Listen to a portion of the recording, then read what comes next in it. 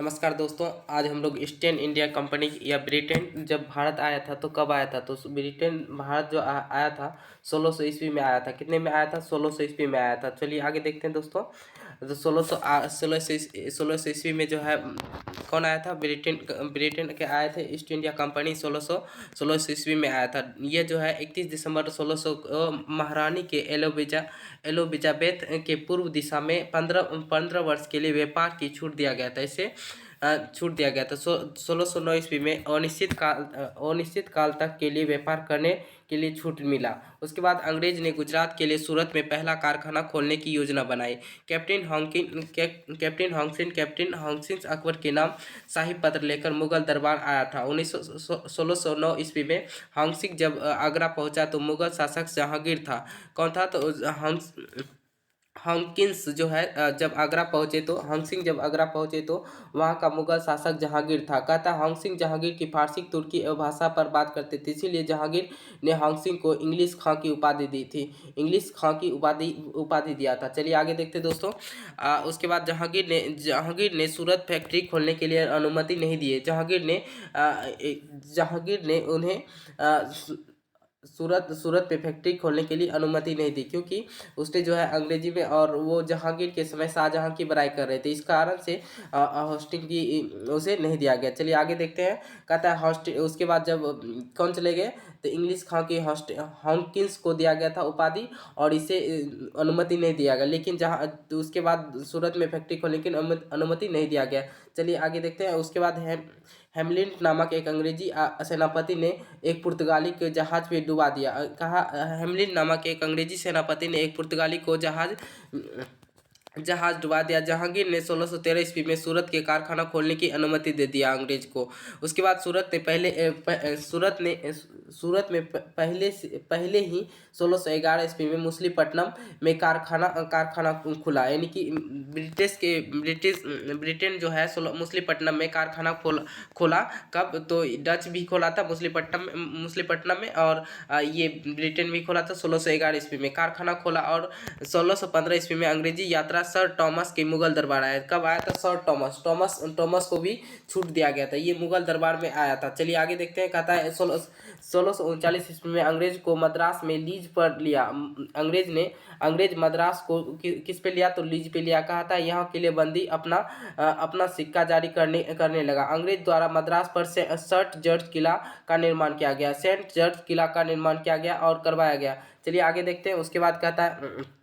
उसके बाद देखते हैं। अंग्रेज ने मद्रास को सेंट जॉर्ज किला का निर्माण करवाया। 1661 ईस्वी में ब्रिटेन के राजा चार्ल्स द्वितीय को पुर्तगाल की राजकुमारी कैथरीन के बीच विवाह हुआ। उसके बाद पुर्तगाली ने राजकुमार को मुंबई दहेज में दे दिया।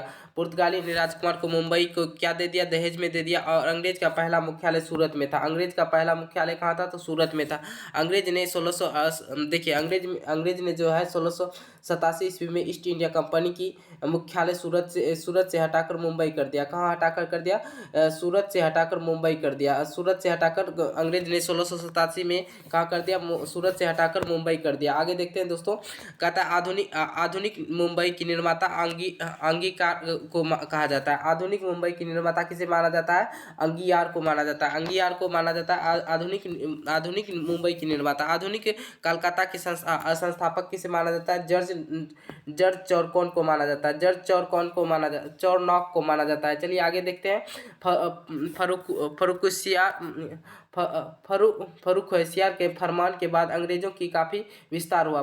फर्रुखसियार के बाद अंग्रेजों की काफ़ी विस्तार हुआ। उसके बाद जॉन सॉरमैन की अध्यक्षता में अंग्रेज जो है फर्रुखसियार से मिला। यानी कि जॉन सॉरमैन जो है अध्यक्षता में अंग्रेज फर्रुखसियार से किससे मिला? तो फर्रुखसियार से मिला। उसके बाद आगे देखते हैं दोस्तों। फर्रुखसियार कौन था? फर्रुखसियार जो है सूरत में व्यापार करने की छूट उसे दिया गया 10,000। उसके बाद बंगाल में कर वसूलने की छूट दिया गया। उसके बाद 30,000 तक। उसके बाद मुंबई में ढाला गया सिक्के की पूरी देखिए, मुंबई में ढाला गया सिक्का को पूरा मुगल में चलने की छूट दी गई। मुगल सम्राट जो बहुत बड़ा था उसमें क्या किया गया?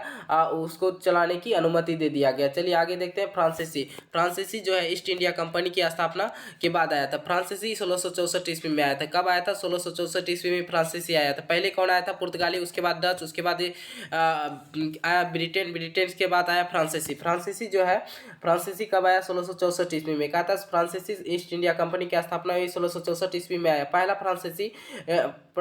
फ्रांसीसी का कारखाना जो है दोस्तों, पहला फ्रांसीसी का कारखाना सूरत में खुला। कहाँ खुला? तो पहला फ्रांसीसी का कारखाना सूरत में खुला। पहला फ्रांसीसी का कारखाना सूरत में खुला। याद रखिए लीजिएगा, बहुत ही इंपॉर्टेंट है। पहला फ्रांसीसी का कारखाना सूरत में खुला तथा मुसलीपट्टनम में फिर खुला। दूसरा मुसलीपट्टनम में खुला। फ्रांसीसी राजा का विस्तार पांडिचेरी के क्षेत्र में हुआ। फ्रांसीसी राजा का विस्तार कहाँ हुआ? तो पांडिचेरी के क्षेत्र में हुआ था। पांडिचेरी के क्षेत्र में हुआ था। पांडिचेरी के क्षेत्र में हुआ था। उसके बाद 1742 ईस्वी में डुब्ले नामक फ्रांसीसी गवर्नर बना। यानी कि 1742 ईस्वी में डुब्ले नामक फ्रांसीसी गवर्नर बना और 1746 में डुब्ले मद्रास पर कब्जा कर लिया। क्या कर लिया? मद्रास पर कब्जा कर लिया। मद्रास पर कब्जा कर दिया। 1746 ईस्वी में डुब्ले ने मद्रास पर कब्जा कर लिया। और उसके बाद देखते हैं कर्नाटक संस्थापक। कर्नाटक के संस्थापक कौन थे? तो देखिए सादत अल खां 1720 में एक क्या था, स्थापना किया था। 1720 ईस्वी में कर्नाटक की स्थापना किया था। और इसने क्या किया? 1740 ईस्वी में डुब्ले ने